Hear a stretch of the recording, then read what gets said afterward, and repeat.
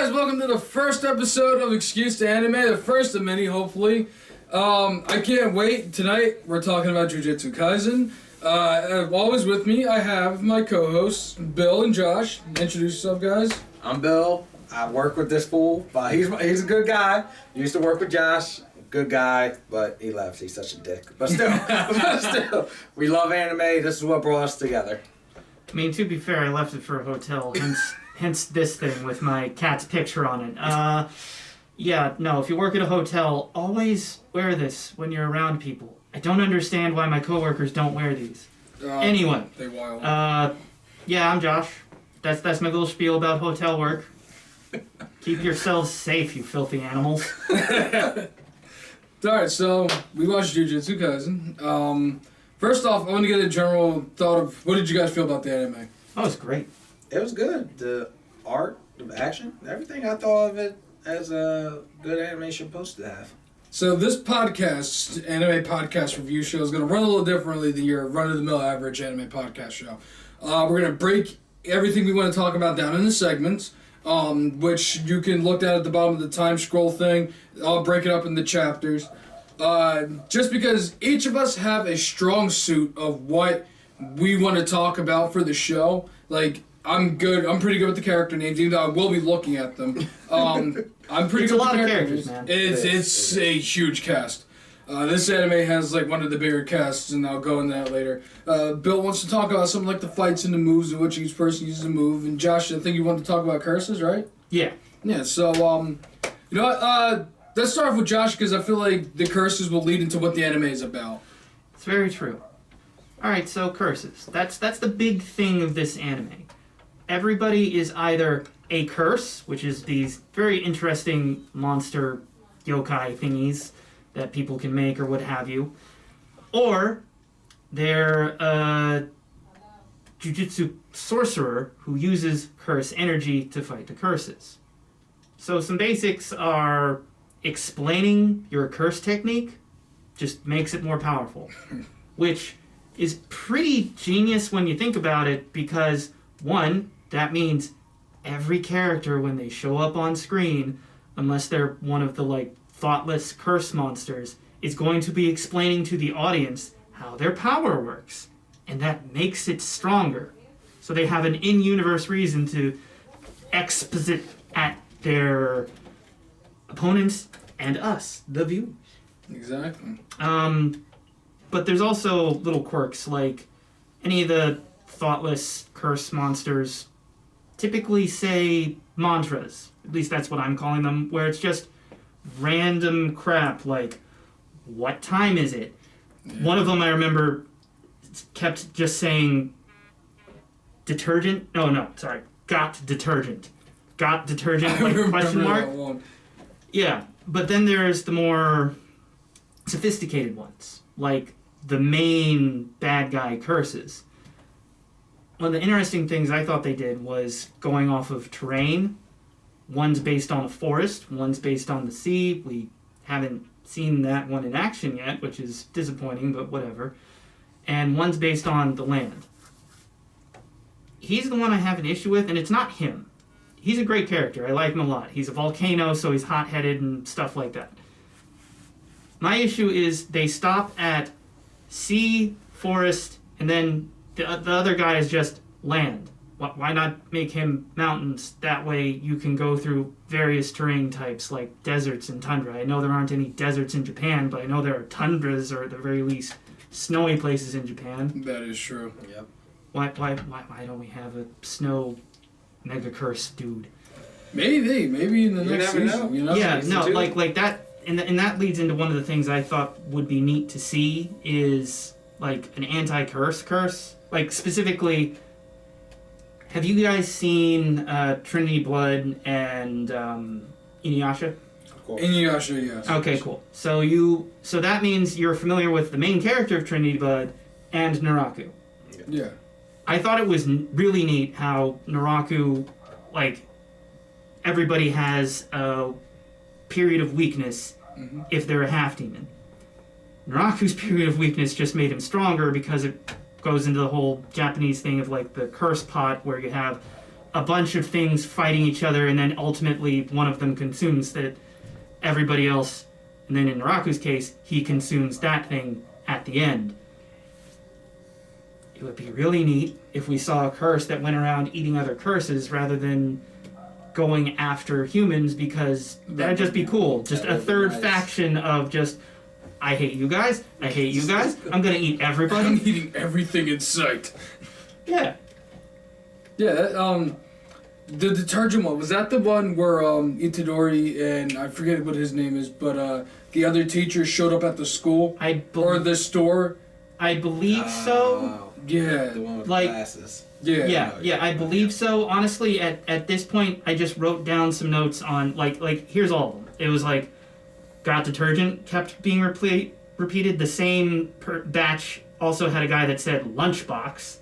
There's also, do you need a receipt, and what time is it? Do you need a receipt? That's the one I was thinking of. All of the mantras clearly had something to do with the human that spawned the curse, and that's also a neat element to it. Right. Yeah, that was pretty cool. I liked how they did with the curses. It was really interesting. The show itself was interesting. The whole curses and cursed energy was something that I thought, at least, separated itself from other shonen anime that are out there, because basically, sorry to cut you off. Yeah. Basically, curse energy and curses are the magic system of this anime. Yeah.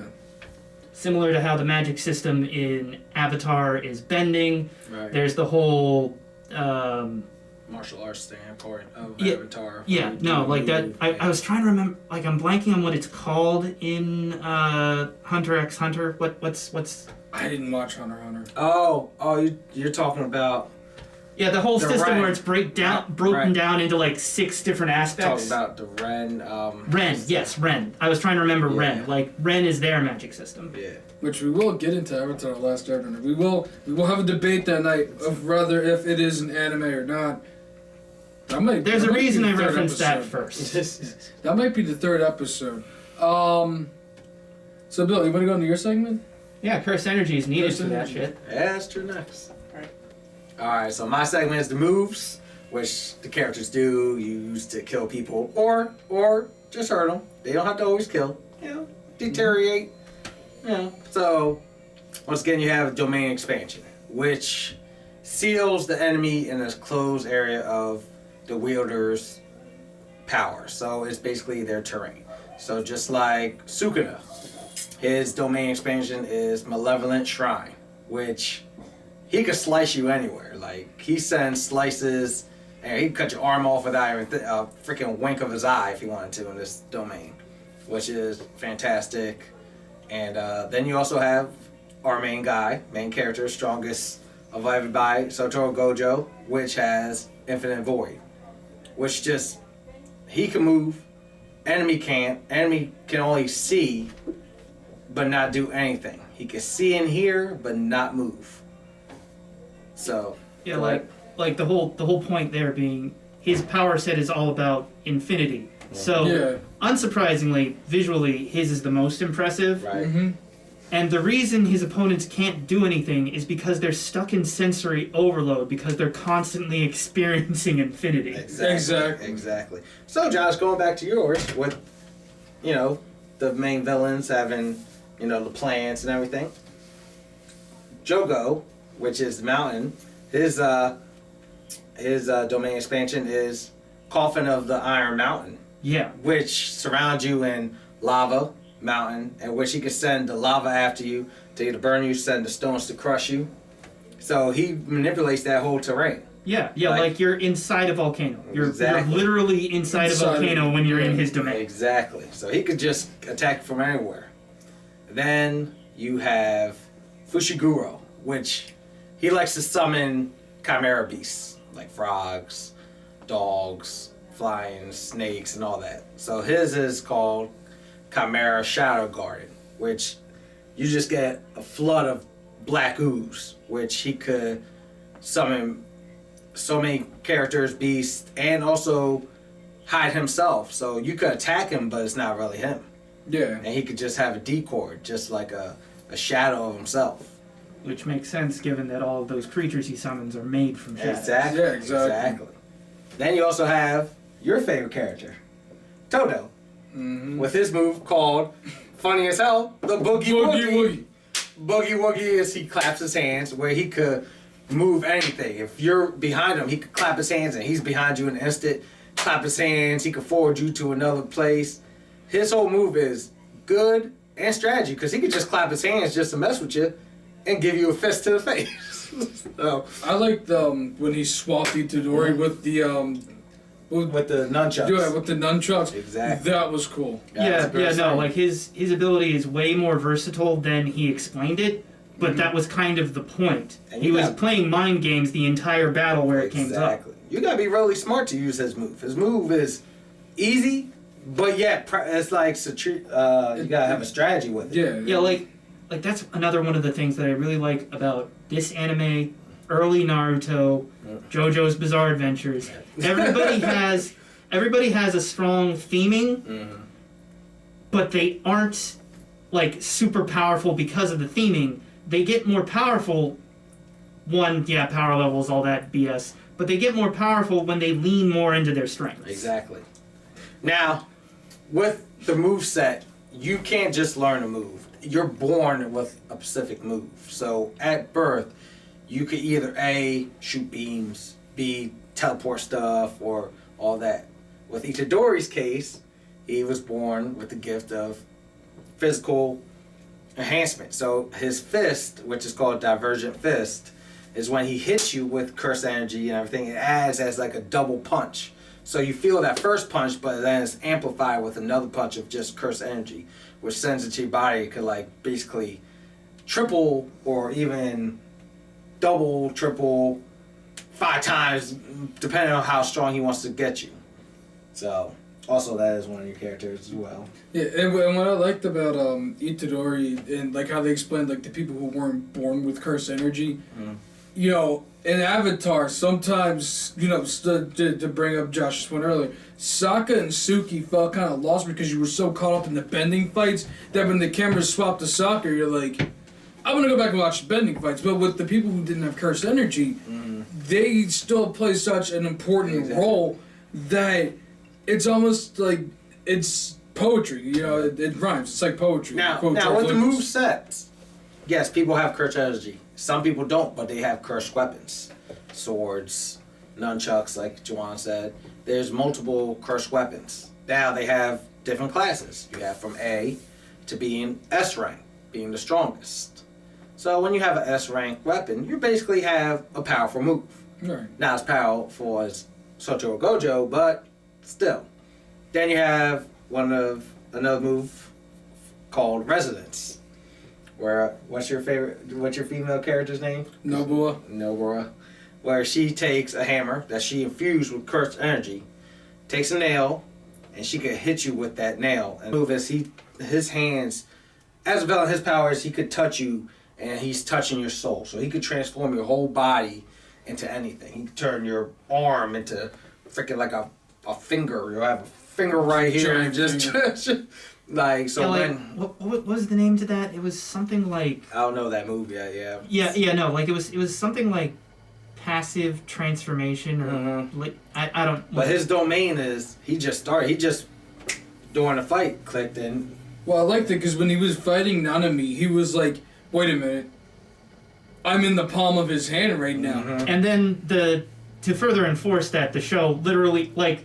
Hands are his thing, so like there's a bunch of hand imagery all in his domain. Fantastic. But literally, as he says that, there's a little shadow hand that shows up, and then the character saying that is right in the palm of it. Downside. He said it metaphorically, and it was shown very literally. Downside of that, if he's fighting Itadori, he's touching Sukuna's soul. As soon as he enters, Sukuna don't like that. He's the big wig. Don't mess with him. So I told you there wouldn't be another time. So that's why he just decided, oh yeah. Not everybody gets one, but that guy got one because he was also making fun of his story. Yeah. Yes, indeed. All right. But he only got one. You're next. Next, I got the character segment. I liked every one of the characters in the show, and the one thing I think the show did well was we know that Sukuna is the main villain. Exactly. Well, you know, most shows or movies, whatever, the villain's doing their plot off screen. Mm-hmm. Well, they decided, what if you take the main villain of the show and carry him with the main protagonist of the show? Literally, carry him inside of him in the show. Yeah. I like that because you're never wondering, well, what is Sukuna doing? Because he's right there. He's on screen at all times. Yeah, like, it's basically like the whole Naruto thing with the nine-tailed fox, except... Yes, exactly. Except the difference here being the nine-tailed fox wasn't really a presence in the show until much later. Yeah. Sukuna is always a presence in the show, and he's always going to be imprisoned in What's Itadori. crazy is he was the presence the first episode. He ate a finger. Yeah. And the finger got eaten, and he just popped up. Yep. Yes, Itadori was able to control him. At some point, he lost. He got his heart ripped out. Yeah. And then Sukuna took over. So Which... Sukuna did the very smart thing of being like, well, I know the kid's just going to overpower me unless I put him in a situation where he's just going to die. So I'll rip out his heart because I can survive that. He can. Exactly. So then you have the...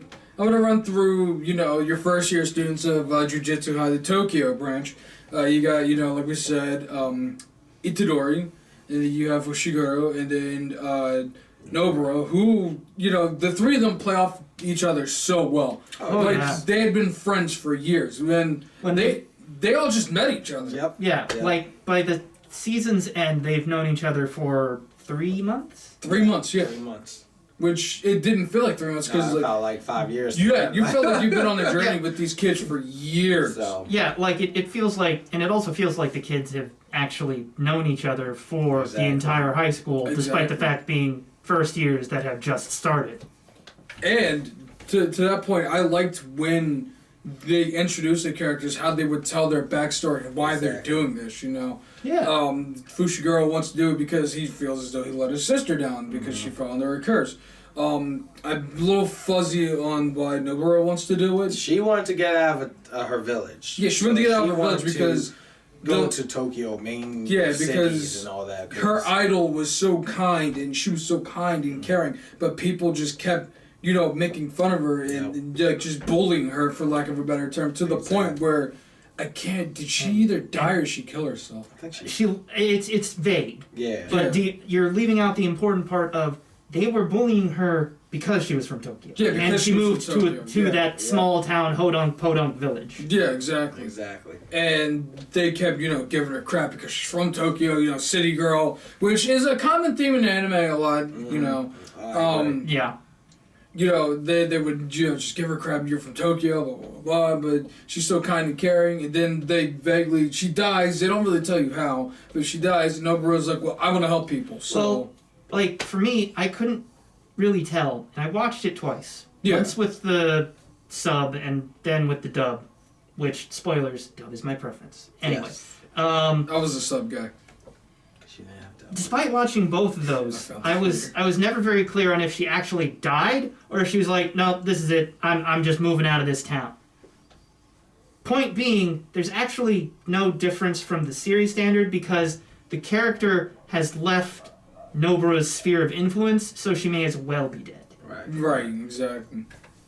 And then they also linked together one of my favorite characters, Gojo Satoru, in a Fushiguro, because it was his mom that was like, you're going to be a very strong Jujutsu sorcerer. Exactly. And, which I had to look up Satoru's name by that point, or not name, his age, because I was kind of confused. He's only 28. That's... So, frankly, my favorite character is the himbo. It will always be Mr. Boogie Woogie Man, because, come on, he's hilarious and strong. He just wraps up all...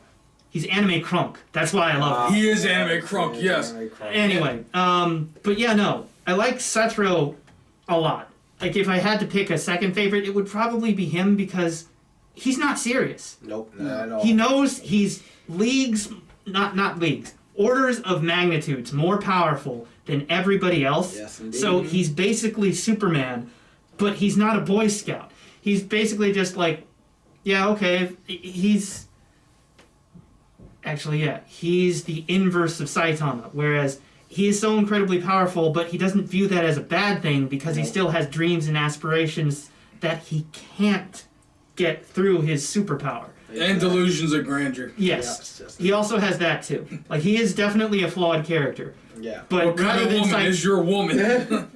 I don't know, Jennifer Anderson? No. No.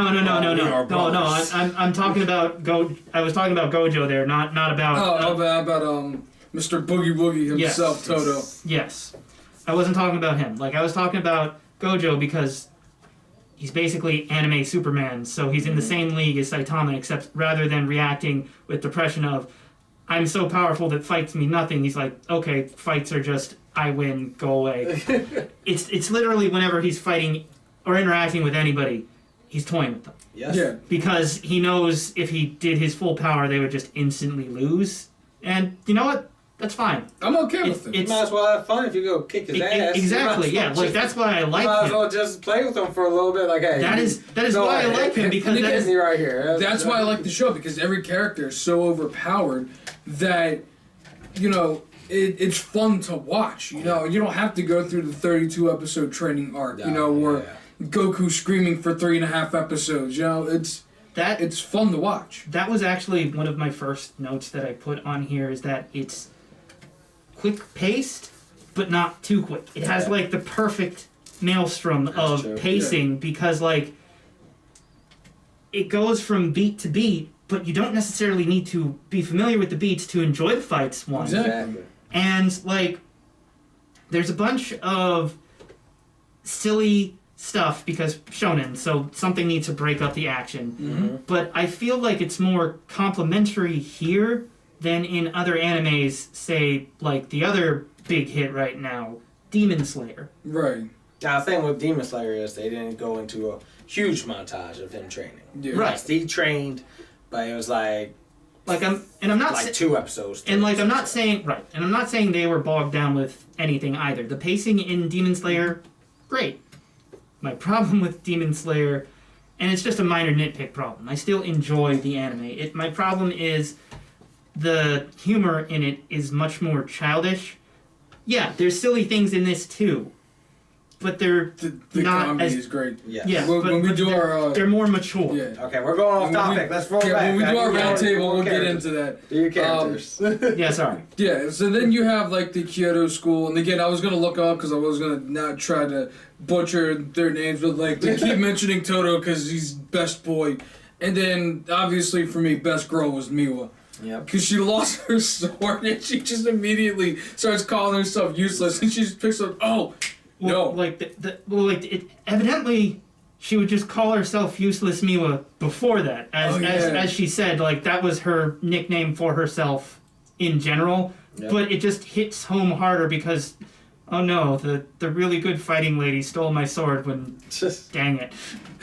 Dang it. Okay, well, useless Miwa here. And then And this time really meaning she's useless. I will never be able to pronounce his name, but my favorite character, our boy, I can't pronounce his name, but I think it might be Talk about salmon. yeah, talking about Sam, it might be Toge. I think that's who it is. Toga is this. Toge. Toge is him, right? Yeah. I loved his power too, because we didn't really get to gloss over. We kind of glossed over his. He was one of my favorite characters because he was unique. He couldn't speak because his speech was his power. Yeah, his power was cursed speech, which anything he says, you would do. If he told you to stop, you stopped. You It froze had no right in free your will. tracks. Yeah, exactly. That was it. If he told you to get blown away, well, guess what? You're getting gone. blown back. You're gone. Don't. But his downfall, the stronger words. the opponent, and the stronger the words, the more damage he does to himself. Yeah. Exactly. Also, I want to point out, like, it's not mentioned much. His name also Samuel. includes Inumaki. Inumaki. Maki roll. There's a whole theming with why he does Tuna. sushi ingredients. Salmon. and looking at it now, that only just clicked. Speaking of just clicked, we got one more segment and then we got to do our roundtable. Round table. I had the other segment, not to take 2 segments up, but music. I want to talk about the scoring of this anime. For whatever reason, I guess maybe it's because I'm a music head. I like to pay attention to the music of shows, anime, especially like during battles, tender moments, comedic moments, what have you. I love listening to the sometimes the soundtracks in this anime. Oh yeah. When I finish this anime, I bump that soundtrack almost every day. It is insane. You're not an anime fan if you don't bump an anime soundtrack. But this one specifically, though, like, I bumped it every day because, like, the fights were like, you're like, dude, you're getting hyped up in a fight. You're trying to jump into your screen because you want to start punching things, you know?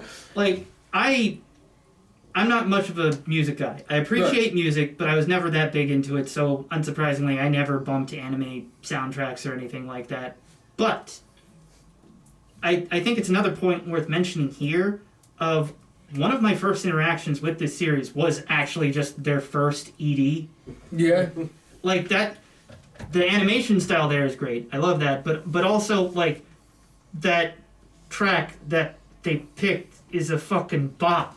It is, Yes, dude. it is. Oh, my God. I agree. It's so good. The opening's fantastic. Oh, yeah, like, the funny openings enough. and endings on, like, both versions. Great. But also, speaking of your, like, first interaction with the anime, back to the music part, my first interaction with the anime was somebody redubbed Naruto Shippuden, like superimposed all the characters from Naruto into the opening for Jujutsu Kaisen. And I was like, yo, this anime seems kind of cool and I have to watch it. That's right. Yeah, I vaguely remember seeing something about that. I never watched it, but yeah, that sounds familiar. Because they like the part where Gojo shows up in the first part, they obviously imposed Kakashi on him. Right. You know, Itadori was Naruto. Mm-hmm. It was just like, that was like, wow, this is... Shiguro, you have a Sasuke. Yeah, Yeah, he no, was. like The number one exactly. Sakura. Everybody very comfortably More fits useful. into... Yeah. Everybody fairly comfortably fits into parallels with Naruto between the main four, namely the teacher and 3 students, of this show and that show. The difference being, like, yeah, everybody harps on Sakura for being useless. That is not a problem at all with Useless. Nobara. Not at all. And while... There's a problem. I'm And- dying, you ain't doing shit. And while... Yes, I said it. Yeah, no, I said it. Naruto it's- fans, leave no, like- comments, I'll say it again. No, like that was me just... That was me just... That was me just processing what you said. My information processing has actually been proven by testing to be slower than the average person. Anyway. No wonder you work at a hotel. Don't, Yeah. lost my reservation. God. Okay, that was the point I was getting to. Similarly, she's not, like, we should probably transplant this back into the character thing, but she's not useless. Nope. No, she's not. No. Our shadow clone boy isn't super edge. He's like kinda edgy and that's it. Now, Yeah, if we're gonna look back to the characters, you're kind of right. He's not. He's not edgy as Sasuke, like but none he's of them. edgy. Yeah, like none of them are 1-to-1 And You like push his comparisons to Yeah. each of those counterparts were mentioned. I mean, though, you push his buttons, his ass But does go crazy and but act like Sasuke. to loop back to the character thing, I liked how Itadori was just a guy. Yeah. He wasn't stupid. He was none of the anime No. tropes. He was just a guy. Yeah, like he's just Good a at guy who sports. happens to be like stupid strong. Yeah, That's exactly. it. That's it. But Other his- than that, his whole he's just a thing guy. was- He's not His whole thing smart. is He's not dumb either. he was That's the he was part I above like. average in any sport he could play. He could play any sport and be the best at it. Exactly. But he didn't care. He wanted to help his friends. So Yeah, like he didn't care about sports again because that whole competition thing I got into before. yep. Like he did the opposite of Gojo, where I'm not going to toy with these people. It's just not fun for me, so I'm going to do other stuff. But looping back around to the music, speaking of which, that final fight that Noboru and Itadori had with the cursed brothers, that song, I went back, I rewound that fight like 6 times. Just for the music alone, Great and then fight. 6 more times just for the fight and the animation. Great fight. It's a great Yeah. fight. And when the guitar hit like that, dude, when they were hitting the black flash together, I was like, dude, this. Black. Oh yeah, I got yeah, chills. yeah. I was in this chair. I was just like, dude, this. Yeah, like, and not Oh, just man. that, but to, like, compliment the Boogie Woogie where he was clapping his hand, they also had the drums in the background. They I didn't did. notice that the first time, but, like, the drums in the background to be, like, him in time with him clapping And obviously his silly faces when he was doing that and sweat coming off him, it was fucking great. But yeah, no, like getting back to the music. There's very good music in this. Yes, indeed. Excellent music. In fact, while I'm editing this, I'll probably be bumping that soundtrack. Might as well. Definitely should. All right. I think it's time For the to get to the conclusion, final so- segment. We're going to the round table. Or rectangle, if you want to call it. Round table. Here we go.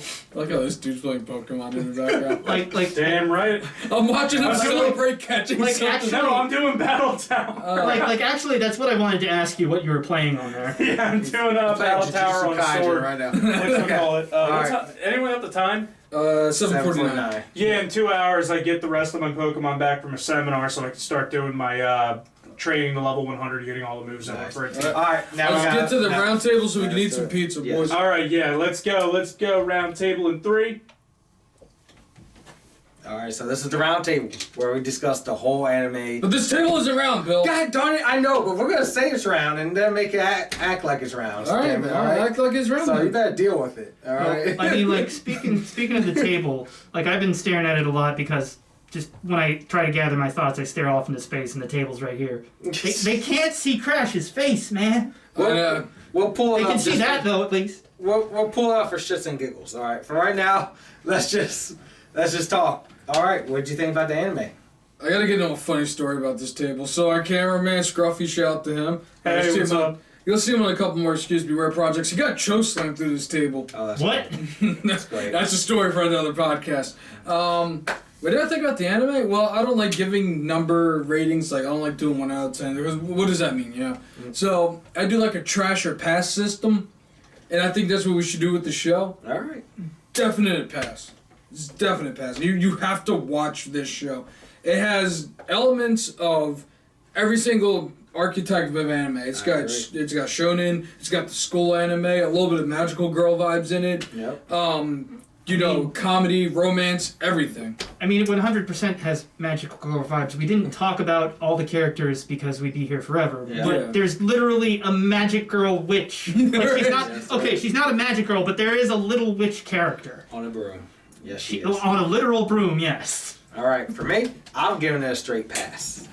If you love action, comedy, great drawing, stories, villains, everything that you get in the anime that you want to look for, the music that we have, the moves, everything. You have Art to go style. for this. The art style, yes. We're gonna say watch or pass instead, or watch or trash because I don't. Yeah, like pass. So we're I gonna was watch. gonna We're say gonna, pass. we're is gonna not- watch. It's a watch. It's a must watch You for me. must watch Yeah, this. yeah. If you don't watch it, then something's wrong with you. Yeah. Yeah, like I was gonna say one of my favorite things with the whole numeric is I can understand how a numeric isn't actually that feasible because it's not like anime is by the numbers. Exactly. But Exactly. one of the jokes I actually do like from reviewers is Pro Jared's joke of blank out of 10, but the blank is always something that's relevant to the review. Exactly. Right. In this case, I suppose it would be a Gojo out of 10. In other words, Infinity out of 10. Watch it. You must watch it, even if it's your first anime. I like that. Like rating. this is an excellent first anime. It gets you into knowing what anime, at least modern anime, Exactly. is about, and what, when it's polished to the nth degree, an anime can be. Exactly. It's I'm gonna give it a Gojo out of 10 too. I like that rating. I give it 10 Gojos. I give it infinite Gojos out of 10 because it's just that good. It's like you said, Josh. It's a great introductory anime. If you're like a little nervous about anime, you don't know what you want to watch, you don't know exactly what to watch, jump into this. This is Yes. the feel of all different kinds. Yeah, Yeah. again, we've already mentioned it because it's one of the big players right now, but like Demon Slayer. Demon Slayer is a great anime. I would not actually recommend it as a first anime unless you are attacked by demons. unless you are- God dang it. hold up. There's a reason for that. I would not recommend it as a first anime unless you are a kid.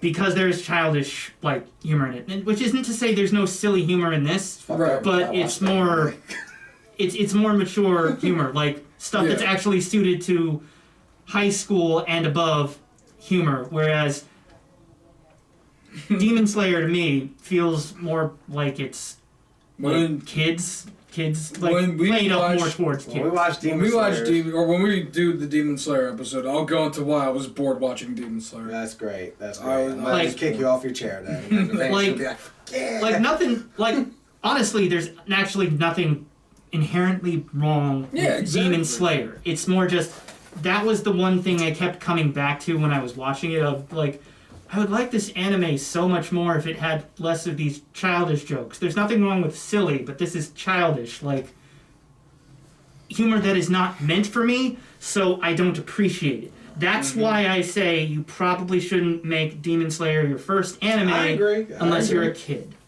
All right, everybody. That was Jujutsu Kaisen, guys. Episode 1 of Excused Anime. How do you feel? I thought Great. it went great. Yeah, I I'm think it Bill. went great too. This is Josh. There's no Juwan. other episodes of Excused But- Anime out there. I know what you guys are talking about. But we are gonna hold up our word. Take your phones, please. All right, I got the microphone up there. I'm gonna hold this banner up so you can see it. Yes, it's Crash Bandicoot. We'll, Yes, we'll it's link the freaky. tapestries in the Exactly. Go get it. Hashtag no ad. Hashtag no ad because we can get in trouble for that. No ads. No ad. It's not an ad. We're just shouting out the people who made the tapestry. All right.